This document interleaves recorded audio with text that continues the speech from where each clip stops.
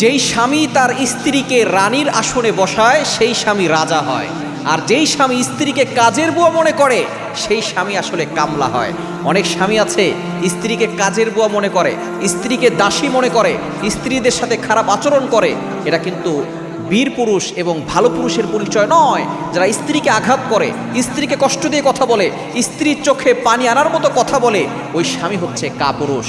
ভালো স্বামী, আদর্শ স্বামী হচ্ছে সে যে স্ত্রীর কষ্ট বুঝে, স্ত্রীর সাথে ভালো ব্যবহার করে, স্ত্রীর কষ্ট বুঝে, স্ত্রীর সকল দুঃখ দূর করে দিয়ে স্ত্রীর মুখে হাসি ফোটায়।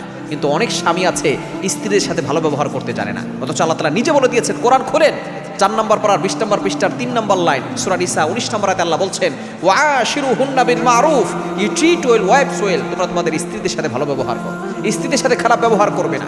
নবীজি সাল্লাল্লাহু আলাইহি ওয়াসাল্লামের 11 জন স্ত্রী ছিল, তিনি কখনো কোনো স্ত্রীর উপর আঘাত করেন নাই, স্ত্রীদের সাথে তিনি কটু কথা বলেন নাই, স্ত্রীকে ধমক দিয়ে কথা বলেন নাই। তিনি কেমন স্বামী হিসেবে তিনি কেমন ছিলেন, তিনি কেমন ব্যবহার তিনি করেছেন। কিন্তু আমরা অনেকেই এমন আছি স্ত্রীদের সাথে বাজে ব্যবহার করি, স্ত্রীদের সাথে খারাপ আচরণ করি। খবর এটা কখনো করবেন না। অনেক স্বামী তো এমন আছে স্ত্রীর ছোটোখাটো ভুল ধরে বসে থাকে, একটু তরকারিতে লবণ কম হয়েছে এই জন্য স্ত্রীকে আঘাত করে। এরা হচ্ছে কাপুরুষ মার্কা স্বামী। এবং স্ত্রীর ছোটোখাটো ভুল আপনি ধরতে যাবেন না, স্ত্রীরা ভুল করবে, কেননা বাম পাজরের বাঁকা হাড় দিয়ে স্ত্রীকে তৈরি করা যায়, তারা একটু উল্টাপাল্টা করবে।